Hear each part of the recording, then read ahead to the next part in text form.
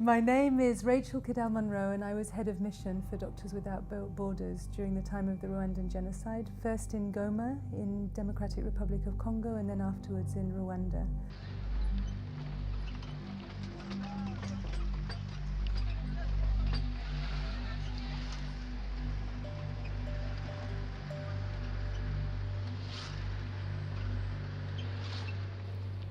Changed me completely. I think it was my innocence died in 1994.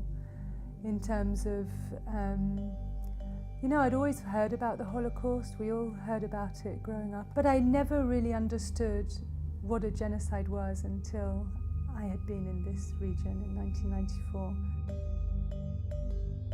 During the time of the Rwandan genocide, I was actually not in Rwanda. I was in Goma, which is the twin town of Gisenyi, which is on the other side of the border. So it's like the closest point to Rwanda, the closest border point. And there was one group of 3 little boys who came across and they told me what happened in their village and how they'd watched their mother being raped and then slaughtered, their sisters being killed, and then their father being taken away, and they'd been hiding in a bush and they just ran and ran for days until they got across the border. And they had one of the little boys, his arm was basically hardly on his body anymore and big cuts across his head. And the baby died. The little brother died in his arms.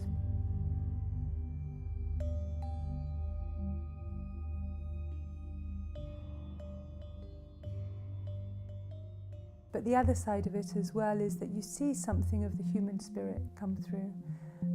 And it's that little bit of human spirit, that little bit of humanity and dignity that remains with people despite all those things that happens that you can latch onto and that if you see the children playing together and playing very innocent games. We were in one of the camps and it was one of the children's birthdays and I caught a group of them, maybe 10 years, and they were giggling and laughing and talking and just gossiping like any regular child, and it was just so human despite the conditions that they were living in. And when you see that, then you feel like hope. You feel that they can move forward and that you can get out of this and make it a better place.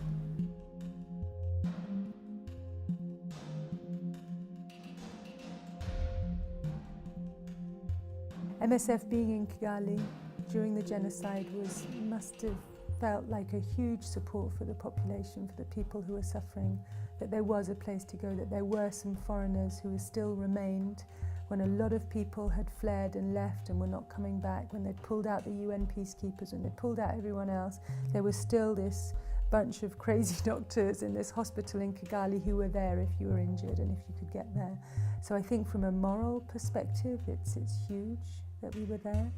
And also being there meant that as soon as the conflict was over, we were able to come in and set up extremely fast, whether it was coming in from Tanzania, coming in from Uganda, coming in from Goma. We were able to restart that health system very quickly.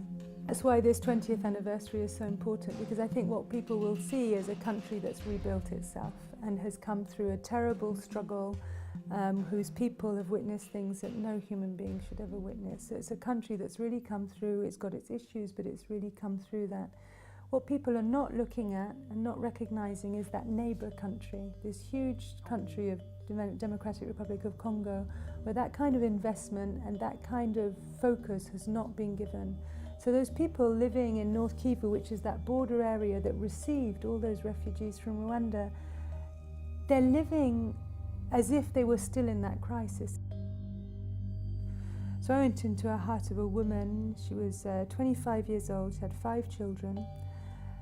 Her husband had left her, he'd moved in with another woman in another one of the displaced camps, so she's on her own, so extremely vulnerable.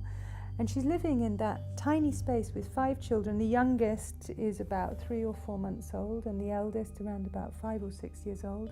They sleep on the bare earth, and actually it's not even earth. Earth would be nice. It's just rock, volcanic rock, and it's lumpy and bumpy. They have no blanket to put under them, no plastic sheeting to put under them. They're just sleeping on the bare earth with her 5 children. I think it's really important to reflect on what happened in Rwanda. There was a genocide that took place in that country, and we'd promised after the Second World War that would never happen again, and it did. But at the same time, we have to talk about the terrible situation of DRC and what's happening to people there.